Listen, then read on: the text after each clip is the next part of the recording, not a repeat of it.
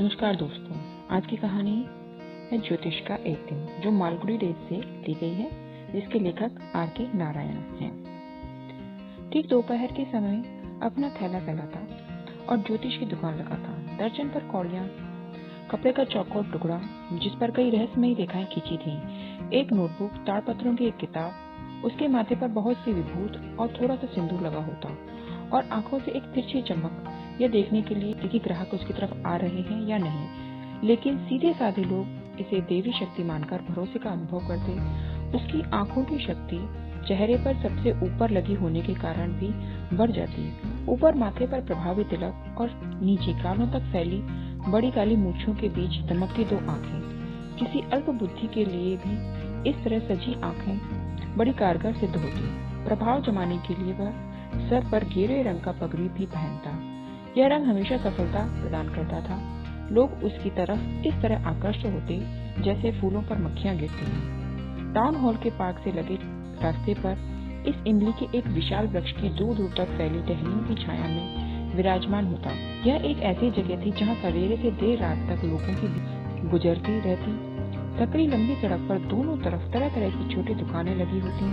घरेलू दवाएं बेचने वाले, चुराए हुए लकड़ी लोहे के सामान की दुकानें, जादूगर और सस्ते कपड़े की एक दुकान जिसके लोग जोर जोर से चिल्लाकर हर वक्त लोगों को बुलाते रहते। इसी के बगल में इसी तरह शोर करने वाली एक मूंगफली विक्रेता, जो हर दिन अपनी चीजों को एक नया नाम देता। किसी दिन बम्बई की आइसक्रीम, किसी दिन दिल्ली के बादाम, किसी राजा की सौगात, और लोग हर वक्त उससे खरीदारी कर रहे होते। बीच के बहुत सारे लोग ज्योतिषी को भी घेरे रहते। वह बगल में लगी मूंगफलियों के बड़े से ढेर के ऊपर धुआं देती जलने वाली आग से निकलती हल्की रोशनी से ही अपना काम चलाता। यहाँ म्युनिसिपालिटी ने कोई रोशनी नहीं मुहैया कराई थी। दुकानों पर लगी छोटी छोटी रोशनियों से ही सबको काम चलाना पड़ता था। एक दो के पास गैस के कंडे भी थे, जिनमें से हर वक्त सूं की आवाज निकलती रहती। कुछ दुकानों पर खंभों की रोशनी की नंगी लपट निकलती रहती। कुछ साइकिलों के छोटे छोटे लैंपों से काम चलाते और ज्योतिष की तरह कुछ अपनी रोशनी के बिना ही दूसरों के भरोसे गुजारा कर लेते। तरह तरह की इन बहुत सी रोशनियों से एक अलग ही मंजर बनता, जिनके बीच से चलते निकलते लोगों की छायाएं अपना रहस्यमय समा बांध देती। ज्योतिष को यह माहौल इसलिए बहुत अच्छा लगता क्योंकि जब उसकी जिंदगी शुरू की थी तब ज्योतिष तो बनना ही नहीं चाहता था। दूसरों की जिंदगी में क्या होने वाला है यह जानना तो दूर, वह यह भी नहीं जानना चाहता था कि उसकी अपनी जिंदगी में अगले मिनट क्या होने वाला है। तब उसे न कोई सितारों की कोई जानकारी थी, न उन बेचारे लोगों जो उसके ग्राहक बनते। बातें करने में वो कुशल था, जो लोगों को खूब पसंद आती। इसलिए अनुमान और अभ्यास से इस काम में उसने अच्छी महारत हासिल कर ली थी। यह नहीं, दूसरे सभी धंधों की तरह यह धंधा भी उतना ही ईमान का धंधा था और दिन भर की मेहनत के बाद वह जो भी कमाई शाम को घर ले जाता वह ईमान की ही कमाई थी। उसने जब गांव छोड़ा तब यह नहीं सोचा था कि वह क्या करेगा। गांव में ही रहता तो वही सब काम करता जो पुरखे करते आए थे, यानी खेती का काम, शादी और बच्चे और पुराने घर में हमेशा की तरह गुजर बसर। लेकिन यह नहीं होना था। उसे बिना किसी को बताए घर छोड़ना पड़ा था और आसपास नहीं करीब 200 मील ज्यादा दूरी थी दोनों स्थलों के बीच, एक समुद्र की तरह। वह कोई व्यावसायिक ज्योतिषी नहीं था। उसने अपना गांव किसी चिंता या भय के कारण गुप्त रूप से छोड़ा था। उसे यह पेशा मजबूरी में अपनाना पड़ा था। उसके जीवन में कटु अनुभवों ने उसे बहुत कुछ सिखाया था। वह मानवीय जीवन की कठिनाइयों को समझ चुका था। वह लोगों के मन की बातों को पढ़ना सीख चुका था। समय के लंबे अंतराल में अपने अभ्यास और अनुभव के सहारे उसने स्वयं में लोगों की समस्याओं के हल निकालने की उत्तम कला को विकसित किया था। वह अपनी चतुराई का प्रयोग करके थोड़ी बहुत भविष्यवाणी भी करता था। इस प्रकार वह लोगों को आकर्षित करता था। उसके पास मानव जाति की दिक्कतें यानी विवाह, धन और मानव संबंधों की उलझनों का एक कामकाजी विश्लेषण था। लंबे समय के अभ्यास ने उसकी अनुभूतियों को पैना बना दिया था। 5 मिनट में वह समझ जाता था कि गड़बड़ क्या है। वह एक प्रश्न के 3 पैसे लेता था और तब तक मुंह नहीं खोलता था जब तक कि सामने वाला कम से कम 10 मिनट बोल न चुके। इससे उसे दसियों जवाबों और सलाहों का सुराग मिल जाता था।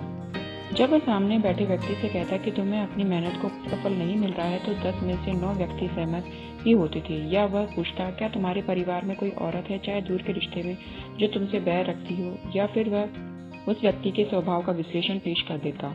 तुम्हारी अधिकतर परेशानियां तो तुम्हारे ही स्वभाव के कारण है और तुम्हारा शनि जहाँ बैठा है उसके चलते तुम्हारा स्वभाव तेज है और बाहर से तुम बहुत रूखे हो। यह बोलकर वह अपने ग्राहकों का दिल जीत लेता था, क्योंकि कोई कितना भी नरम दिल क्यों न हो, उसे यह सुनना अच्छा लगता है कि उसका भाई रूप डरावने वाला है। मूंगफली वाले ने अपनी डिबरी बिछाई और घर जाने को उठ खड़ा हुआ।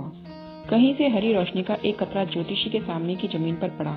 वह अपनी कौड़ियों और अन्य तामझाम उठाकर अपने झोले में रख ही रहा था कि यह हरी रोशनी चमकी। उसने सिर उठाकर देखा तो सामने एक आदमी खड़ा था। उसने तोड़ लिया कि यह कोई ग्राहक है और कहा, तुम बहुत परेशान दिखते हो, अच्छा होगा कि यदि तुम थोड़ी देर बैठकर मुझसे बातचीत कर लो। वह आदमी जवाब में कुछ अस्पष्टता बदबुदाया। ज्योतिषी ने थोड़ा आग्रह किया तो उस व्यक्ति ने अपना हाथ उसकी नाक के नीचे फैलाते हुए कहा, तुम खुद को बड़ा ज्योतिषी समझते हो?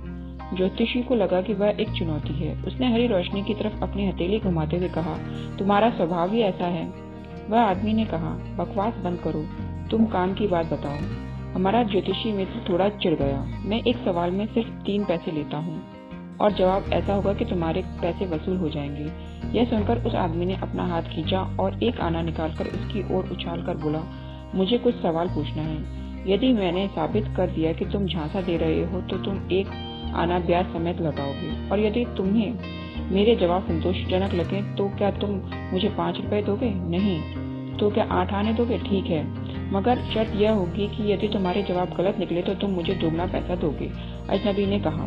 थोड़ी हुज्जत के बाद यह सौदा तय हो गया। ज्योतिषी जब मन ही मन भगवान से प्रार्थना कर रहा था तभी अजनबी ने बीड़ी सुलगाई। माचिस की रोशनी में ज्योतिषी को उसके चेहरे की एक झलक मिल गई। सड़क पर भागती कारों के भोंपुओं और अपने घोड़ों पर गालियां, सन्नाटे तांगे वाले और चहलकदमी करते लोगों की बातचीत के शोरगुल के बीच एक ठहराव सा आ गया।